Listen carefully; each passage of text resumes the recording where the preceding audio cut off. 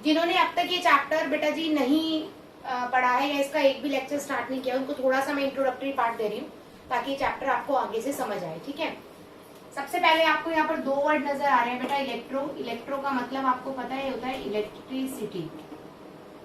ठीक है, और केमिस्ट्री का मतलब होता है बेटा केमिकल रिएक्शंस।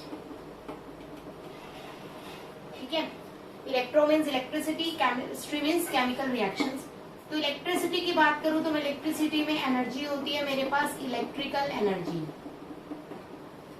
और केमिकल रिएक्शंस में मेरे पास कौन सी होती है बेटा, केमिकल एनर्जी। तो इस यूनिट के अंदर आपको इन दोनों का इंटर कन्वर्जन पढ़ना है कि आपके पास एक तरफ क्या है बेटा इलेक्ट्रिकल एनर्जी है और एक तरफ क्या है आपके पास केमिकल एनर्जी है। तो या तो आप इलेक्ट्रिकल एनर्जी को कन्वर्ट करते हैं केमिकल एनर्जी में, या फिर आप केमिकल एनर्जी को कन्वर्ट करते हैं इलेक्ट्रिकल एनर्जी में। तो इलेक्ट्रोकेमिस्ट्री एक ऐसी ब्रांच है बेटा आपकी जो क्या करेगी, इलेक्ट्रिकल एनर्जी का कन्वर्जन केमिकल एनर्जी में या केमिकल एनर्जी का कन्वर्जन इलेक्ट्रिकल एनर्जी के अंदर उसमें डील करती है। क्लियर है मेरी बात सबको? ठीक है, तो अगर मैं इसकी डेफिनेशन दूं तो क्या है, ब्रांच ऑफ, अगर आप एग्जैक्ट लिखना चाह रहे हैं तो ब्रांच ऑफ फिजिकल केमिस्ट्री। बेटा आप सभी जानते हैं कि केमिस्ट्री को 3 पार्ट्स में डिवाइड किया गया है, फिजिकल, ऑर्गेनिक एंड इनऑर्गेनिक। तो branch of physical chemistry which deals in relationship of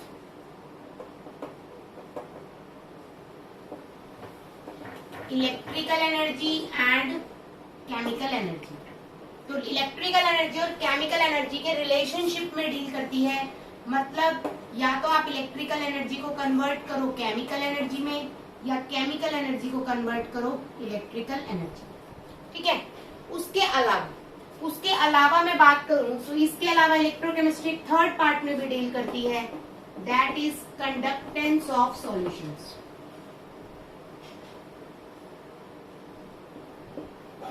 solutions के कंडक्टेंस में भी डील करती है। ठीक है, तो देखा जाए तो केमिस्ट्री के 3 पार्ट्स है बेटा, इलेक्ट्रिकल एनर्जी को केमिकल एनर्जी में कन्वर्ट करना, केमिकल एनर्जी को इलेक्ट्रिकल एनर्जी में कन्वर्ट करना, and third one is conductance of solutions.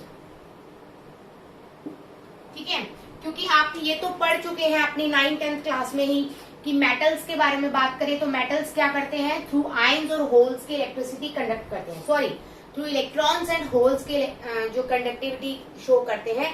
तो आप मेटल्स के बारे में बहुत डिटेल में पढ़ चुके हैं, 11th में भी पढ़ के आए हैं। तो आज हमें मतलब पढ़ना है सॉल्यूशंस के बारे में। तो इस चैप्टर में टोटल हम 3 पार्ट्स को पढ़ेंगे, conversion of electrical energy to chemical energy, conversion of chemical energy to electrical energy and conductance of solution.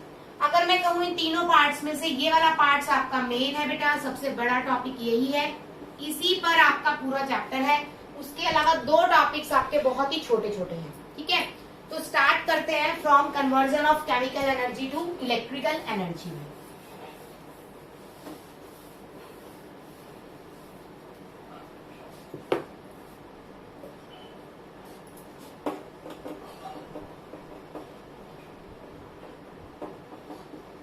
Conversion of chemical energy to electrical energy. अब बेटा यहाँ पर आपको 2 बातें समझनी है कि आपको केमिकल एनर्जी से आपको क्या बनानी है बेटा, इलेक्ट्रिकल एनर्जी बनानी है।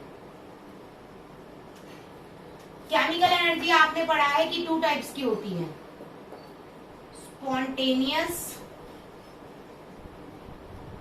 और आपकी होती है नॉन स्पॉन्टेनियस। अगर मैं बात करूं स्पॉन्टेनियस की, तो मैंने कल भी एक एग्जांपल दिया था कि आप लोगों को बोला जाए कि फोन यूज कर लो, व्हाट्सएप चला लो, फेसबुक चला लो, या खेल लो, जाके बाहर गली में घूम लो, या गेड़ी लगा लो। ठीक है, तो वो एक स्पॉन्टेनियस प्रोसेस है, उसके लिए जबरदस्ती किसी को करने की जरूरत नहीं है कि जाओ जाओ खेलो, ऐसा करो वैसा करो, नहीं। अगले तुम निकल लोगे, तुम्हें छूट मिलनी चाहिए, उठाया बाइक, उठाई एक्टिवा और निकल लिए, तो वो स्पॉन्टेनियस है। मतलब उसके लिए कोई ड्राइविंग फोर्स नहीं है। ड्राइविंग फोर्स का मतलब एक ऐसी फोर्स या ऐसी पुशमेंट जो आपको धक्का देगी, नहीं प्लीज जाओ करो, उसकी जरूरत ही नहीं है आपको, आप ये प्रोसेस अपने आप ही कर लोगे भागे भागे। ठीक है, लेकिन अगर मैं यही चीज आपको बोल दूं कि पढ़ लो, ठीक है, तो उसके लिए जबरदस्ती मुझे फोर्स लगाना पड़ेगा, मुझे कई बार बोलना पड़ेगा, हाँ जी पढ़ लो, किताबा न खोल लो, ऐसे बोलना पड़ता है ना। घर में मम्मियां बोलती हैं कि किताबों को खोल ले थोड़ी देर, वे बेचारी रखी, तो उसके लिए क्या है, तुम्हारी मॉम की तरफ से एक फोर्स लग रहा है कि पढ़ लो। तो ऐसी रिएक्शंस जिसमें ड्राइविंग फोर्स की जरूरत हो, पुश की जरूरत हो, उनको बोलते हैं नॉन स्पॉन्टेनियस। और ऐसी प्रोसेसेस जिसमें पुश की जरूरत ना हो, तो सिंपल सी बात है बेटे, स्पॉन्टेनियस प्रोसेसेस आपकी वो प्रोसेसेस होती हैं जो अपने आप हो जाएं। इसका मतलब यहाँ पर नो ड्राइविंग फोर्स, किसी ड्राइविंग फोर्स की जरूरत नहीं है। लेकिन नॉन स्पॉन्टेनियस प्रोसेस के लिए आपको ड्राइविंग फोर्स की क्या हो जाएगी बेटा, रिक्वायरमेंट हो जाएगी, मतलब ये आपको चाहिए ही चाहिए। तो सिंपल सी बात है, मुझे ध्यान से देखना, मुझे क्या बनाना है, मुझे केमिकल एनर्जी से क्या बनाना है, इलेक्ट्रिकल एनर्जी बनाना है। अब मुझे केमिकल एनर्जी से इलेक्ट्रिकल एनर्जी बनाना है, तो बेटा अगर मैं रिएक्शन लूं नॉन स्पॉन्टेनियस, तो जिस रिएक्शन को खुद चलने के लिए एनर्जी चाहिए, जो खुद ही नहीं चालू हो सकती, जो खुद ही नहीं स्टार्ट हो सकती, वो मेरे लिए इलेक्ट्रिकल एनर्जी क्या बनाएगी। तो यहाँ पर मुझे कौन सी रिएक्शंस की रिक्वायरमेंट है, स्पॉन्टेनियस केमिकल रिएक्शंस की, ठीक है। तो पहली बात आपको याद रखनी है कि केमिकल एनर्जी से अगर इलेक्ट्रिकल एनर्जी बनानी है, तो वो केमिकल रिएक्शंस आपकी स्पॉन्टेनियस होनी चाहिए, अपने आप चलनी चाहिए। क्यों, क्योंकि आपने बात पढ़ रखी है, energy neither be created nor be destroyed. अगर ना वो बनाई जा सकती, ना वो क्रिएट किए जा सकती, ना तोड़ी जा सकती, ना डिस्ट्रॉय की जा सकती, तो आप सिर्फ उसे एक फॉर्म से दूसरी फॉर्म में क्या कर सकते हो, कन्वर्ट कर सकते हो। तो आपके पास केमिकल एनर्जी जनरेट होनी चाहिए अपने आप से। तो अपने आप से कौन सी रिएक्शंस जनरेट करेंगी, स्पॉन्टेनियस। तो आपके इस प्रोसेस के अंदर केमिकल रिएक्शंस कौन सी चाहिए, स्पॉन्टेनियस चाहिए। पहली बात ये चीज समझनी है। दूसरी चीज, ये दिमाग में कैसे आया, साइंटिस्ट को कैसे लगा कि यार ऐसा कोई कंसेप्ट होना चाहिए, ठीक है। तो उसके लिए छोटा सा, मैं वैसे बता चुकी हूँ आपको लास्ट लेक्चर में, बट थोड़ा सा ब्रीफ करूंगी आगे चलने से पहले, क्योंकि आज एक सेल ही करवाना है आपको, जो बहुत इंपॉर्टेंट है। तो बेटा आपने 10th क्लास में एक्सपेरिमेंट पढ़ा था, उसके अंदर मैंने जिंक रोड को डिप किया था। पढ़ा क्या था, आपने किया भी होगा, अगर स्कूल्स वाले आपके अच्छे हैं तो एक्सपेरिमेंट जरूर आपने परफॉर्म किया होगा। और मैंने यहाँ पर बेटा CuSO4 यूज किया हुआ है, जिसका कलर क्या होता है, ब्लू। और ये मैंने रॉड किसकी ली थी, जिंक रॉड की। आप लोगों ने बचपन में पढ़ा है इसे, Zn+ CuSO4 gives Cu+ ZnSO4। तो ये प्रोसेस आपने पढ़ी है, डबल डिस्प्लेसमेंट या डिस्प्लेसमेंट के नाम से आप इसे जानते भी हैं सिंपली। आपने देखा कि ब्लू कलर था कॉपर सल्फेट का, फेड हो जाता है, सिंपली व्हाइट कलर आ जाता है, ठीक है। तो हुआ क्या, ऐसा क्या हुआ, थोड़े टाइम बाद, आफ्टर सम टाइम, बेटा जी थोड़े टाइम बाद ना ये जिंक रोड ना ढीली पड़ने लग गई, इस तरह से, ठीक है, मतलब गलने लग गई या डिसोशिएट होने लग गई, केमिस्ट्री में कुछ भी कह सकते हो आप, या कम होने लग गई, ठीक है। और ये जो कलर था बेटा, ये कलर भी कौन सा होने लग गया, व्हाइट, या फिर आप कह सकते हो कलरलेस, ठीक है बेटा जी, कलरलेस जनरली बुक्स में गिवन है। तो होता क्या है, ऐसा क्या हुआ, ध्यान से समझना इस कंसेप्ट को। बेटा सबसे पहले मैंने ऑब्जर्व किया, मैंने सबसे पहले क्या देखा कि मेरी जिंक रोड अच्छी खासी मोटी थी, जो धीरे धीरे क्या हो गई, पतली हो गई, ठीक है। तो मैंने सबसे पहले देखा कि जिंक रोड का वेट डिक्रीज हो रहा है, मेरे जिंक रोड का वेट क्या हो रहा है बेटा, डिक्रीज हो रहा है। मैंने सबसे पहले ये चीज देखी। तो क्वेश्चन ये उठता है क्यों, बेटा जितने भी मेटल्स होते हैं, आप 11th क्लास में पीरियोडिक क्लासिफिकेशन के अंदर पढ़ के आए हैं कि ऑल मेटल्स आर इलेक्ट्रोपॉजिटिव। मतलब जो मेटल्स होते हैं, इस कंसेप्ट को समझिए, जो मेटल्स होते हैं वो इजिली डोनेट कर देंगे इलेक्ट्रॉन्स। अगर वो इलेक्ट्रॉन्स आसानी से डोनेट कर देंगे तो सिंपल सी बात है, क्या हो जाएंगे वो बोलो, Zn आसानी से डोनेट करके क्या दे देगा, Zn2 पॉजिटिव + 2 इलेक्ट्रॉन्स। क्लियर हुई मेरी बात। तो फर्स्ट आपके जिंक रोड का वेट कम क्यों हो रहा था, क्योंकि आपका Zn कन्वर्ट हो रहा है बेटा Zn2 पॉजिटिव + 2 इलेक्ट्रॉन्स, ठीक है। और लॉस ऑफ इलेक्ट्रॉन प्रोसेस क्या कहलाती है, ऑक्सीडेशन। तो फर्स्ट प्रोसेस में क्योंकि जिंक का ऑक्सीडेशन होता है, और क्यों होता है, क्योंकि ये इलेक्ट्रोपॉजिटिव है, ये ऑटोमेटिकली अपने आप से ही इलेक्ट्रॉन डोनेट करता है, इसीलिए जिंक का क्या हो रहा है, ऑक्सीडेशन, और धीरे धीरे ये अपना वेट क्या कर देता है, रिड्यूस कर देता है। क्लियर होगी बात। सेकंड पॉइंट मैंने देखा कि यहाँ पर नीचे रेड कलर के पीपीटी बन रहे हैं, तो रेड पीपीटी क्यों बन रहे हैं भाई, सेकंड ऑब्जर्वेशन मेरी थी रेड पीपीटी, ठीक है। तो रेड पीपीटी इसलिए बन रहे थे बेटा क्योंकि कॉपर सल्फेट है भाई यहाँ पर सॉल्यूशन के अंदर। कॉपर सल्फेट का मतलब क्या है, Cu2 पॉजिटिव और SO4 2 नेगेटिव, आयंस की फॉर्म में तो होता है कॉपर सल्फेट। तो यहाँ पर जो कॉपर 2 पॉजिटिव आयन है वो ये वाले इलेक्ट्रॉन्स गेन कर लें और सिंपल कॉपर बना रहा था। गेन ऑफ इलेक्ट्रॉन को हम क्या बोलते हैं, रिडक्शन। गेन ऑफ इलेक्ट्रॉन को हम क्या बोलते हैं, रिडक्शन। तो सिंपल कॉपर 2 पॉजिटिव इलेक्ट्रॉन को गेन करके क्या बना रहा है, कॉपर बना रहा है। और कॉपर का कलर क्या होता है, पीतल, लाल रंग का ही तो होता है, हल्का रेडिश कलर, है ना। तो कॉपर का कलर रेडिश होता है, तो इसका मतलब ये रेड पीपीटी मेरे किस चीज के बने, कॉपर के बने। दूसरा पॉइंट क्लियर है, ठीक है। तीसरा पॉइंट बेटा जी, कॉपर सल्फेट का सॉल्यूशन का कलर कौन सा है, ब्लू, और यहाँ कलर कौन सा हो रहा है बेटा, कलरलेस। तो क्यों हो रहा है, third question is here. Copper sulphate solution का मतलब है यहाँ पर आयन है बेटा Cu2 पॉजिटिव के और SO4 2 नेगेटिव के। क्लियर है। अब आपको आसानी से दिख रहा है कि कॉपर 2 पॉजिटिव तो कन्वर्ट किस में हो रहा है, कॉपर में।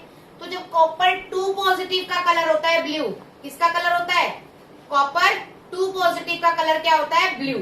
कॉपर का कलर ब्लू नहीं होता है, ठीक है।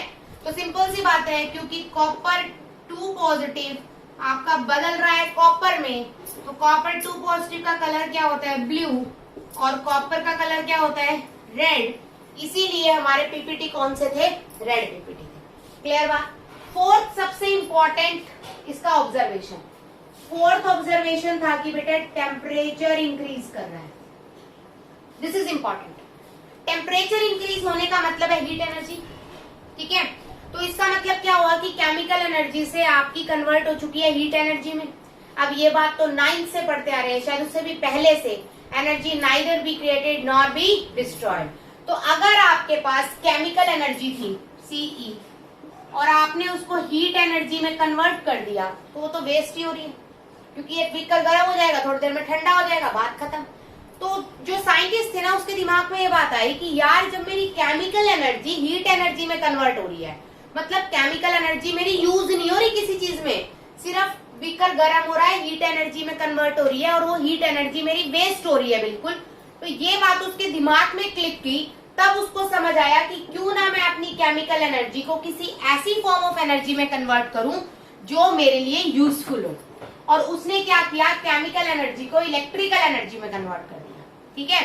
तो this is the basic idea जो जनरेट हुआ कि आपका किस तरह से जो सारा सिस्टम है किस तरह से कंटिन्यू होगा। तो अब हम इसका फर्स्ट टाइप पढ़ रहे हैं जो ये प्रोसेस को फॉलो करता है, that is your electrochemical cell, ठीक है। तो नेक्स्ट हमारा टॉपिक है बेटा इलेक्ट्रोकेमिकल सेल।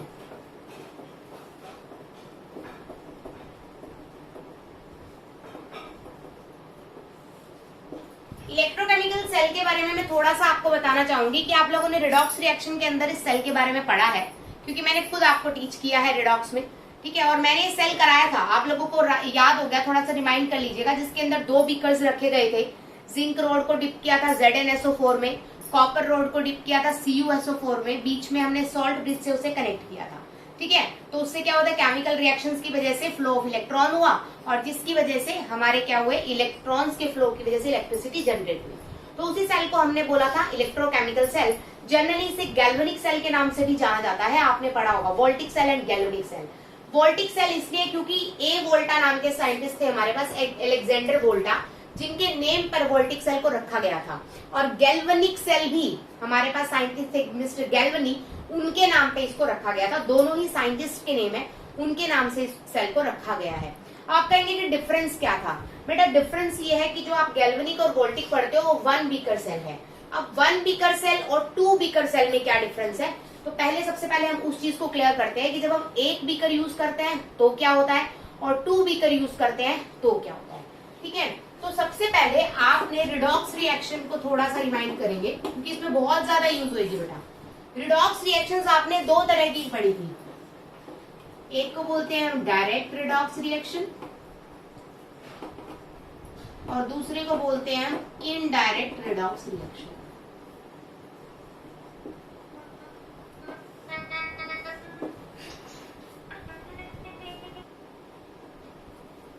तो रिडॉक्स रिएक्शन बेटा हम बात कर रहे थे कि रिडॉक्स रिएक्शंस आपकी 2 टाइप की होती हैं, डायरेक्ट रिडॉक्स रिएक्शंस और इनडायरेक्ट रिडॉक्स रिएक्शंस। डायरेक्ट में क्या होता है बेटा, आपने एक भी कर लिया, मैंने यहाँ पर क्या लिया CuSO4 ले लिया और मैंने यहाँ पर जिंक की रॉड डिप कर दी, धीरे धीरे जिंक की रॉड टूटती चली जाएगी, है ना, और कॉपर सल्फेट बदलता चला जाएगा। जैसे आपने 10th में किया था Zn plus CuSO4 gives Cu plus ZnSO4। तो एक ही बीकर में उसने फटाफट से इलेक्ट्रॉन दे दिए और दूसरे ने फटाफट ले लिए, तो इसको बोलते हैं डायरेक्ट रिडॉक्स रिएक्शंस। इनडायरेक्ट में क्या होगा बच्चा, आपके 2 बीकर्स होंगे, एक के अंदर कॉपर लगा रखा होगा आपने और दूसरे में आपने जिंक लगा रखा होगा। ठीक है, और आपके इलेक्ट्रॉन्स फ्लो करेंगे फ्रॉम जिंक टू कॉपर।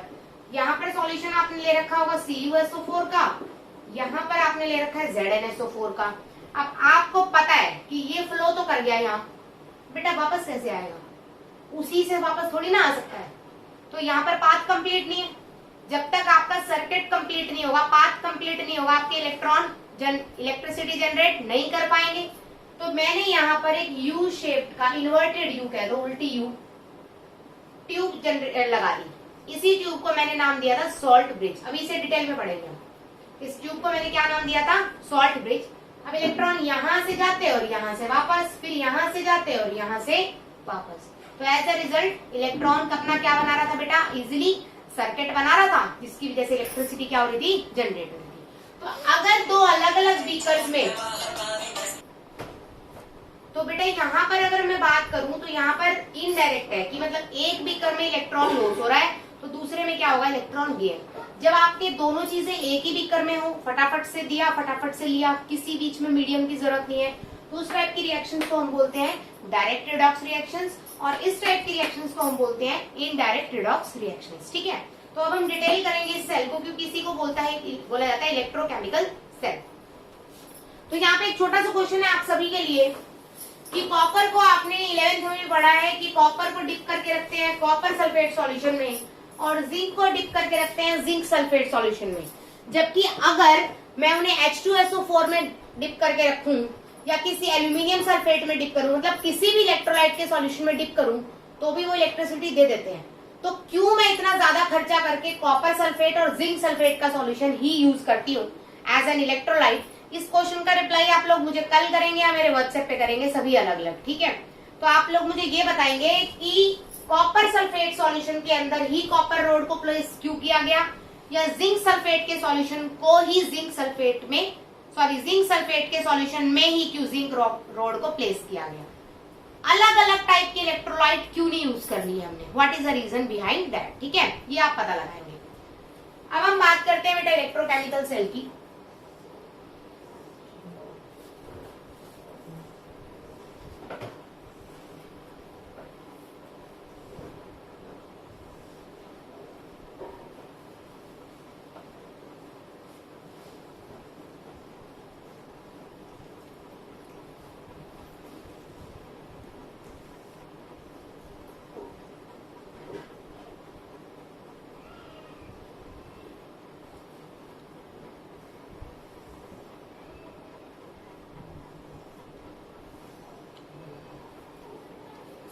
मैंने यहाँ पे जिंक रोड लगाई है बेटा,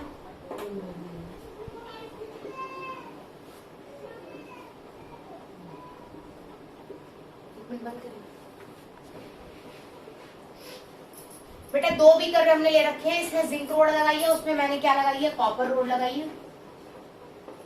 ठीक है, यहाँ पर मैंने सॉल्यूशन लिया है ZnSO4, अच्छे से डिप कर लो इसे। और यहाँ पर मैंने क्या किया है, कॉपर सल्फेट लिया है। यही आपका क्वेश्चन है कि इसके अंदर हम कॉपर सल्फेट ही क्यों ले, या यहाँ पर ZnSO4 ही क्यों ले, हम दूसरा भी तो कोई ले सकते हैं ना इलेक्ट्रोलाइट, और चलती भी है, सेल काम भी करता है दूसरा इलेक्ट्रोलाइट लेने से, तो क्यों हम कॉपर सल्फेट और जिंक सल्फेट पे ही फोकस करते हैं, दूसरा इलेक्ट्रोलाइट यूज नहीं करते। ठीक है, उसके अलावा मैंने यहाँ पे बेटा एक इन्वर्टेड यू ट्यूब लगा रखी है टू कंप्लीट माई सर्किट। कई काम है एक्चुअली यूट्यूब के ना, इसके नॉर्मल यूट्यूब की बात नहीं हो रही भाई।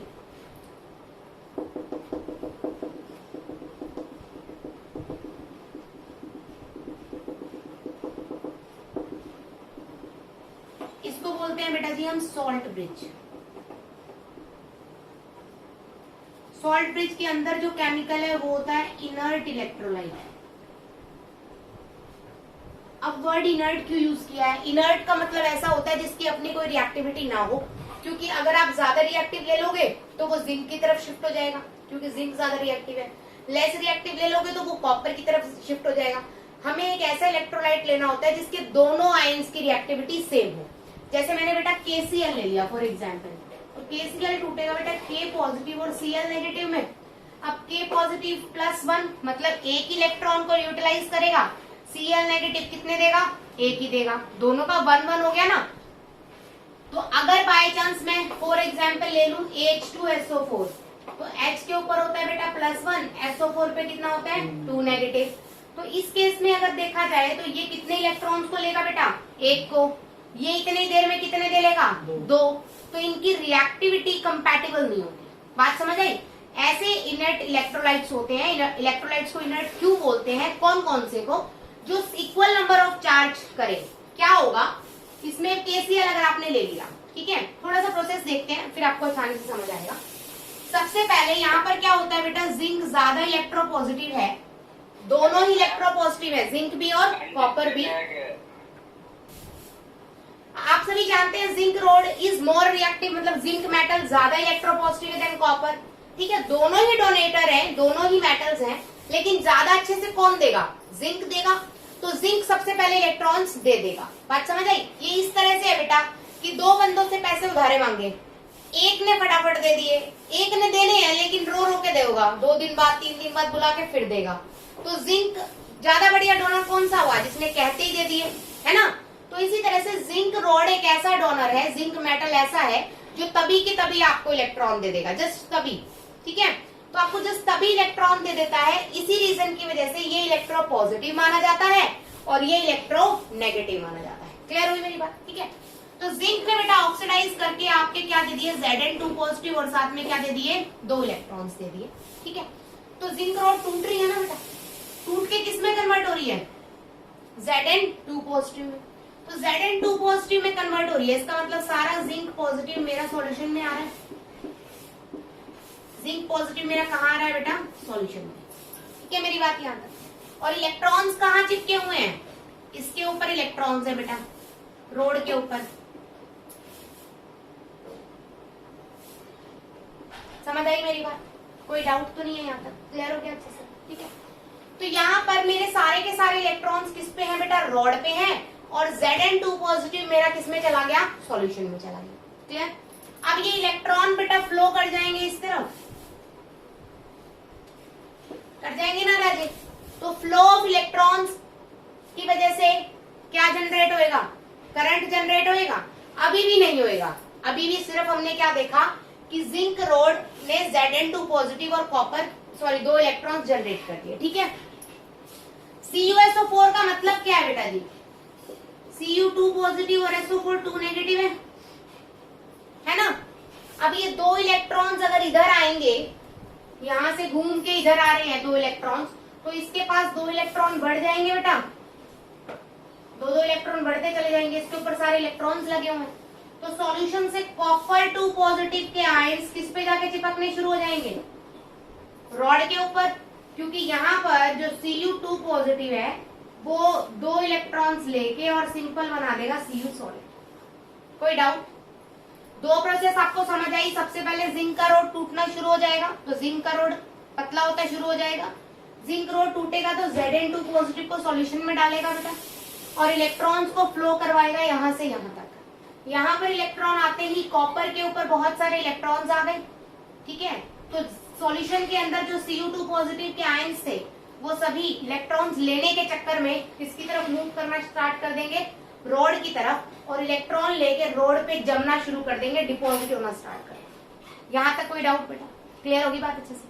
कोई डाउट तो नहीं है? ठीक है, इसको मैंने नाम दिया है एनोड, इस इलेक्ट्रोड को, और इसको मैंने नाम दिया है कैथोड। बहुत से बच्चों को ऐसे लगता है कि एनोड पे पॉजिटिव होना चाहिए या कैथोड पे नेगेटिव होना चाहिए, ठीक है।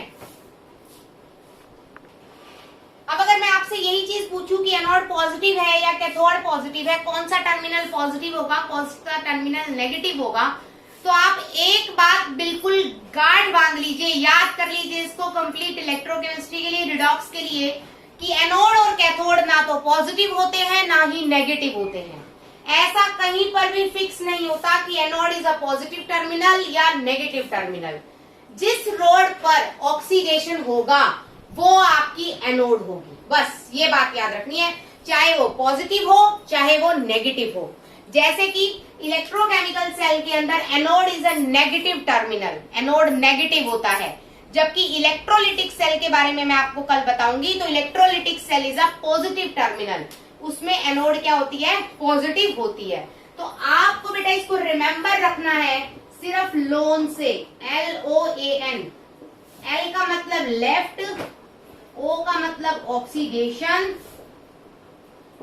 A का मतलब बेटा जी एनोड, और N का मतलब नेगेटिव। ये मैंने आपको दिया है इलेक्ट्रोकेमिकल सेल के लिए। इलेक्ट्रोकेमिकल सेल के लिए आपका राइटिंग फॉर्मूला क्या है, लोन, लेफ्ट पे होगा ऑक्सीडेशन, लेफ्ट का बीकर होगा कौन सा, एनोडिक, और लेफ्ट पे ही क्या आएगा, नेगेटिव साइन आएगा। तो सबसे पहली बात तो एनोड और कैथोड जस्टिफाई होते हैं बाय ऑक्सीडेशन एंड रिडक्शन के। यहाँ पर लॉस ऑफ इलेक्ट्रॉन्स हुआ है, तो यहाँ पर प्रोसेस कौन सी हुई है बेटा, ऑक्सीडेशन, ठीक है। यहाँ ऑक्सीडेशन हुआ है, इसीलिए इस इलेक्ट्रोड को मैंने क्या बोल दिया, एनोड। उसी तरह से यहाँ पर कॉपर ने 2 इलेक्ट्रॉन लेके क्या किया था, अपना रिडक्शन किया है, इसीलिए इसको मैंने क्या बोल दिया, कैथोड। Is that clear? अब बात करते हैं प्लस माइनस कैसे आया। बेटा यहाँ पर जिंक रोड के ऊपर Zn2 पॉजिटिव भी है और 2 इलेक्ट्रॉन भी है, धीरे धीरे Zn2 पॉजिटिव झड़ रहा है, तो जिंक पे क्या बच गए, सिर्फ इलेक्ट्रॉन्स। इलेक्ट्रॉन्स पे चार्ज क्या होता है, नेगेटिव, इसीलिए ये टर्मिनल क्या कहलाएगा, नेगेटिव टर्मिनल कहलाएगा। सेम इसके ऊपर बेटा कॉपर 2 पॉजिटिव चिपकता जा रहा है, तो इसका मतलब यहाँ पर किस चीज का कंसंट्रेशन बढ़ रहा है, Cu2 पॉजिटिव का। तो यहाँ पर क्योंकि पॉजिटिव चार्ज का कंसंट्रेशन बढ़ रहा है, इसीलिए इस पार्ट को मैंने क्या माना बेटा, पॉजिटिव माना। कोई डाउट है मेरी बात में? ठीक है, तो यहाँ पर हम वर्किंग को ध्यान से देखेंगे कि जिंक का ऑक्सीडेशन होता है और वो कन्वर्ट हो जाता है किसमें, बोलो, Zn2 पॉजिटिव में, और 2 इलेक्ट्रॉन्स किस पे रह जाते हैं, इलेक्ट्रोड्स पे, और वो इलेक्ट्रोड से इलेक्ट्रॉन ट्रांसफर करते हैं to the cathode. Copper 2 positive यहाँ से खिंचता चला जाएगा और सारा का सारा यहाँ पर क्या आ जाएगा बेटा, डिपॉजिट हो जाएगा आपकी कॉपर की इलेक्ट्रोड के ऊपर। क्लियर है यहाँ पे? अब बात करते हैं सॉल्ट ब्रिज का क्या काम है। मैंने सॉल्ट ब्रिज में KCl को लिया हुआ है। किसको लिया हुआ है बेटा, KCl को। ध्यान दो, इस सॉल्यूशन के अंदर क्या थे, Cu2 पॉजिटिव और SO4 2 नेगेटिव। यहाँ से ये तो यूज होगी, डिपॉजिट हो गया ना बेटा कॉपर पे, तो सॉल्यूशन के अंदर क्या बच रहे हैं आपके, SO4 बच गए, बहुत सारे SO4 बच गए, तो यहाँ पर नेगेटिव की कंसेंट्रेशन ज्यादा हो जाएगी ना बेटा, पोटेंशियल क्रिएट हो जाएगा, नेगेटिव पोटेंशियल। इसी तरह से यहाँ पर सॉल्यूशन में Zn2 पॉजिटिव बहुत ज्यादा हो गए, तो यहाँ पर पॉजिटिव की पोटेंशियल ज्यादा हो जाएगा। क्लियर?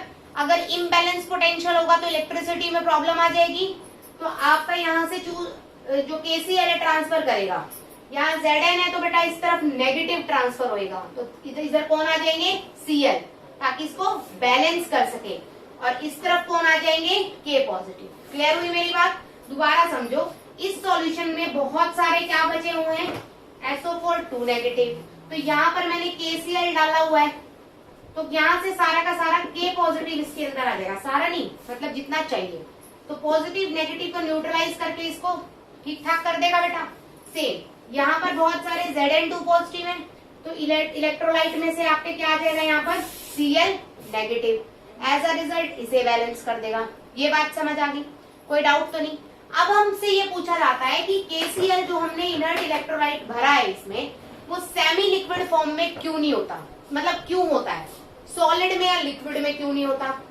तो अगर आप KCl को सॉलिड भर दोगे तो क्या वो आसानी से मूवमेंट करेगा, नहीं, वो आसानी से मूवमेंट नहीं कर पाएगा। एज अ रिजल्ट इतनी देर में चार्ज का इम्बैलेंस क्या हो जाएगा, बहुत ज्यादा हो जाएगा और चार्ज अच्छे से बैलेंस नहीं होगा। दूसरा पॉइंट, अगर मैं यहाँ पर बोलूं कि KCl को मैंने लिक्विड ले लिया, तो बेटा जी अगर आप KCl को लिक्विड ले लोगे तो वो फटाफट से बह जाएगा, आप उसको कंट्रोल नहीं कर सकते, ठीक है। इसीलिए यहाँ पर इलेक्ट्रोलाइट हमें क्या लेना पड़ता है, सेमी लिक्विड की फॉर्म में लेना पड़ता है। सॉल्ट ब्रिज के क्या क्या काम है, ध्यान से देखिए। सबसे पहले तो सॉल्ट ब्रिज अगर नहीं था तो सर्किट कंप्लीट नहीं हुआ था, तो फर्स्ट पॉइंट सर्किट कंप्लीट करता है बेटा। सेकंड पॉइंट, इधर क्या बेचा इसने, K पॉजिटिव, और उधर क्या बेचा Cl नेगेटिव, तो सेकंड पॉइंट में इसने चार्ज को क्या किया, बैलेंस। तो सेकंड पॉइंट इस चार्ज को क्या करता है, बैलेंस। थर्ड, इलेक्ट्रॉन को ट्रांसफर करता है ताकि फ्लो ऑफ इलेक्ट्रिसिटी हो पाए, ठीक है। And fourth one is neutrality balance करता है, क्योंकि अगर न्यूट्रलिटी नहीं होगी सर्किट आपका इम्बैलेंस हो गया। कैसे बैलेंस कर दिया, इधर भी 1 पॉजिटिव गया, इधर भी 1 नेगेटिव। अगर आप कोई ऐसा इलेक्ट्रोलाइट इसमें फिल कर देते हो जिसका चार्ज इम्बैलेंस्ड है, तो क्या होगा, उस तरफ जाने वाला तो 2 इलेक्ट्रॉन को न्यूट्रलाइज कर देगा, इधर जाने वाला सिर्फ 1 को कर पाएगा, तो उतने ही टाइम में इम्बैलेंसिंग ज्यादा क्रिएट हो जाएगी। बात समझ आ गई बेटा जी, कोई डाउट तो नहीं है। This is all about your electrochemical cell, ठीक है। समझ आ गया सबको अच्छे से, इसमें कोई डाउट हो तो मुझसे पूछ लीजिएगा।